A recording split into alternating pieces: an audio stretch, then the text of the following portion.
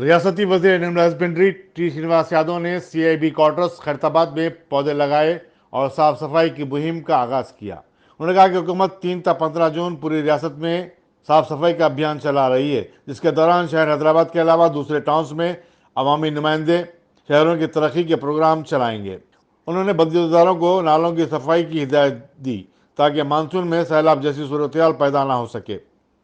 ان کے ہمراہ TRS کے رکن اسمبلی دانم ناگیندر، کارپوریٹر وجے لکشمی ریڈی اور دوسرے بھی تھے۔ حیدرآباد کی میئر وجے لکشمی نے اربن ڈیولپمنٹ پروگرام کے تحت جوبلی ہلز حلقے کے NBT نگر کا دورہ کیا اور بلدی عہدیداروں کو عوامی مسائل کی یکسوئی کی ہدایت دی۔ انہوں نے GSMC کی مانسون فلڈ ریلیف وین بھی لانچ کی۔ اس موقع پر زونل کمشنر روی کرن، چیف انٹومولوجسٹ ڈاکٹر رام بابو اور دوسرے عہدیدار بھی موجود تھے۔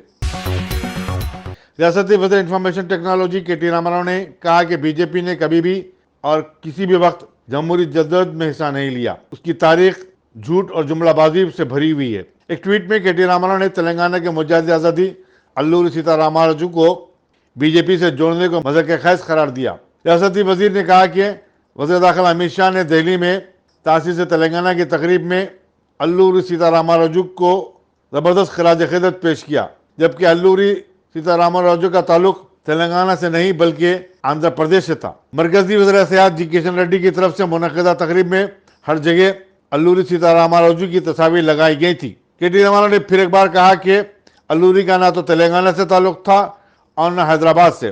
BJP کی واٹس ایپ یونیورسٹی کو تاریخ کا تھوڑا سا بھی مطالعہ کر لینا چاہیے تھا۔ ریاستی وزیر تعلیم سبیتا اندر ریڈی نے حلقہ اسمبلی چیوڑلہ ضلع رنگا ریڈی کے موضع گنڈالہ میں بڈی باٹا منا بستی پروگرام سے خطاب کرتے ہوئے کہا کہ ریاستی حکومت اسکولوں کو عصری انفراسٹرکچر سے لیس کر رہی ہے۔ تلنگانہ کے نظریہ ساز پروفیسر جے شنکر نے ہر بچے کو تعلیم دلانے کا خواب دیکھا تھا۔ انہوں نے کہا کہ کرونا وائرس کے دوران ٹیچرز نے زبردست خدمات انجام دی ہیں۔ آن لائن کلاسز کے ذریعے انہوں نے طلباء کو تعلیم دینے کا سلسلہ جاری رکھا۔ سبیتا اندر ریڈی نے بتایا کہ حکومت تعلیمی سال سے صرف انگریزی میڈیم اسکول چلائے گی۔ 4600 انگریزی ٹیچروں کی تربیت کی جا چکی ہے۔ اس موقع پر ارکان مقننہ کالا یادیہ، جناردن ریڈی، وانی دیوی، ایڈیشنل کلکٹر پرتک جین اور دوسرے بھی موجود تھے۔ وزیر road and buildings Prashant Reddy نے نظام آباد میں اربن ڈیولپمنٹ پروگرام میں حصہ لیا اور کہا کہ ریاستی حکومت شہری علاقوں کو مزید ترقی دینا چاہتی ہے۔ انہوں نے دہلی میں مرکزی وزیر کشن ریڈی کی طرف سے تاسیس تلنگانہ کی تقریب منعقد کرنے پر کہا کہ چلو اچھا ہوا BJP کو 8 سال بعد تلنگانہ کے قیام کا جشن منانا یاد آیا ہے۔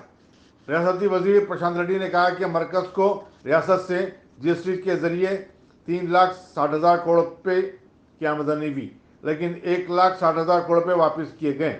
دوسری طرف مرکزی حکومت اور وزیر داخلہ امت شاہ یہ پروپیگنڈا کر رہے ہیں کہ تمام ریاستوں کو ان کی GST کی رقم واپس کی گئی ہے۔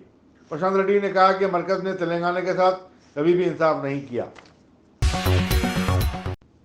ایک ایسے وقت جبکہ تاریخی چارمینار میں واقع مسجد کو عبادت کے لیے کھول دینے کے لیے دستخطی مہم جاری ہے، کانگریس کے لیڈروں نے چارمینار کے پاس واقع بھاگیہ لکشمی مندر میں پوجا کرتے ہوئے اس معاملے کو اور بھی گرما دیا ہے۔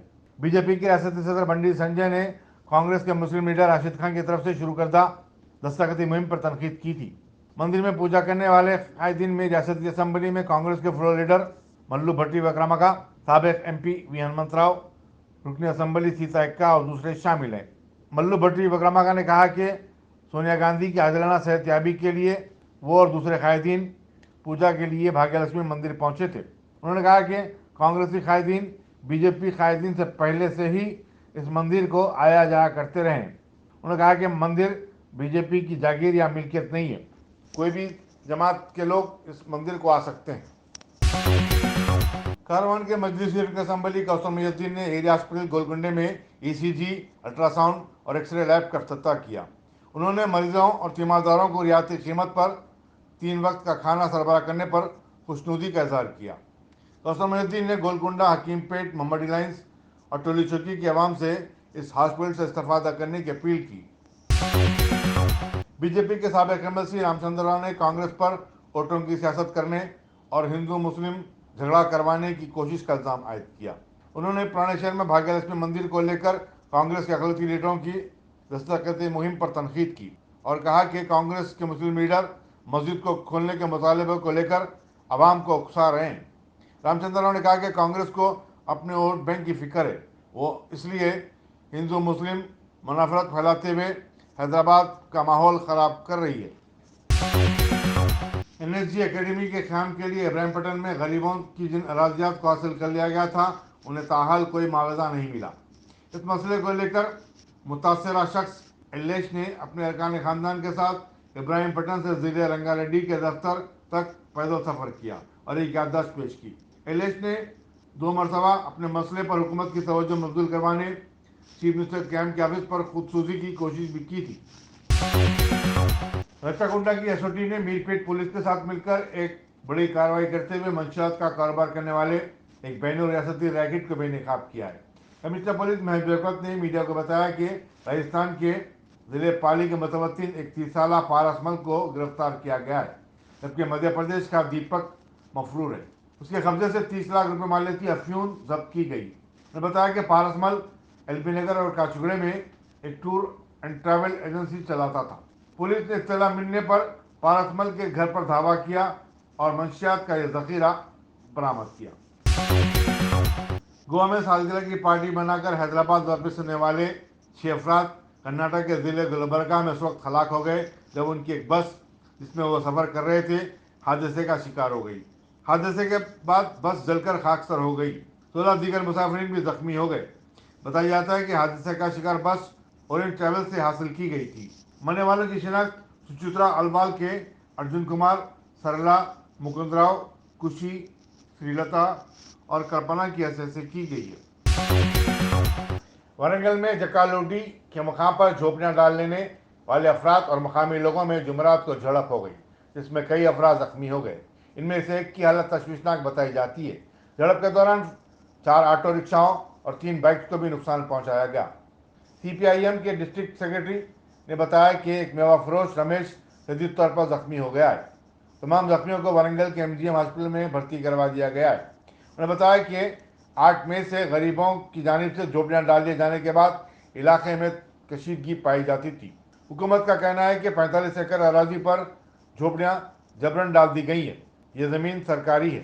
ممنور کے ACP نریش کمار نے حملہ آوروں کو پولیس کی تائید حاصل ہونے کی تردید کی اور کہا کہ مقامی عوام اور CPIM کے کارکنوں کے درمیان یہ جھگڑا ہوا ہے۔ انہوں نے بتایا کہ کل رات کے جھگڑے کے سلسلے میں 5 مقدمات درج کیے گئے۔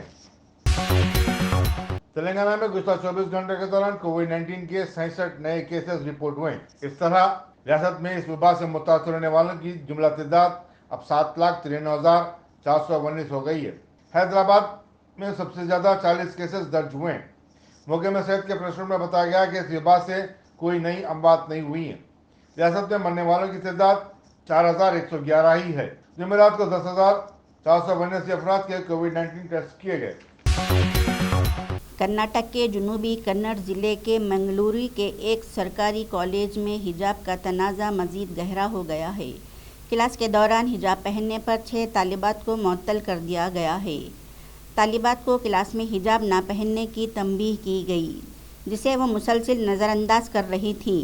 اس کے بعد principal Shekhar MD government first grade college Uppinangady نے سخت کارروائی کرتے ہوئے 6 طالبات کو معطل کر دیا۔ جب کچھ طالبات کا ایک گروپ حجاب پہن کر آنے کی مخالفت میں کالج میں بھگوا شالیں پہن کر کلاس میں آنا شروع کیا تو کالج انتظامیہ نے کارروائی کرنے کا فیصلہ کیا۔ عام لوگ پہلے ہی پیٹرول کی قیمتوں سے پریشان ہیں۔ پیٹرول پمپوں پر اس کے ساتھ ہونے والا فراڈ ان کی مشکلات میں اضافہ کر رہا ہے۔ کچھ پیٹرول پمپ ملازمین مختلف طریقوں سے صارفین کو بے وقوف بنا کر اپنی جیبیں گرم کر رہے ہیں۔ اگر ہم کرناٹک کی راجدھانی بنگلورو کی بات کریں تو یہاں کے پیٹرول پمپ ملازمین نے دھوکہ دہی کا ایک الگ طریقہ نکالا ہے۔ صارفین کے آنکھوں میں دھول جھونک کر یہ ملازمین بڑی آسانی سے انہیں لوٹ رہے ہیں۔ دھاندلی والے میٹر ریجڈ میٹرز ایک ایسا ہی طریقہ ہے جس کی مدد سے پیٹرول پمپ کے ملازمین لوگوں کو دھوکہ دینے کا کام کر رہے ہیں۔ جموں کشمیر میں کشمیری پنڈتوں اور غیر مقامی لوگوں پر مسلسل حملوں کے حوالے سے آج بڑا فیصلہ کیا جا سکتا ہے۔ ٹارگٹ کلنگ کے وجہ سے مسلسل بگڑتی صورتحال سے نمٹنے کے لیے وزیر داخلہ امت شاہ نے خود مورچہ سنبھال لیا ہے۔ امت شاہ نے دہشت گردانہ حملوں اور وادی کے تحفظ کو لے کر ایک بڑی اہم میٹنگ طلب کی ہے۔ اس میٹنگ میں لیفٹیننٹ گورنر منوج سنہا، وزارت داخلہ کے سینئر افسران اس میٹنگ میں شرکت کریں گے۔ واضح ہو کہ یہ جموں کشمیر کی صورتحال کے حوالے سے یہ 15 دن میں دوسری میٹنگ ہے۔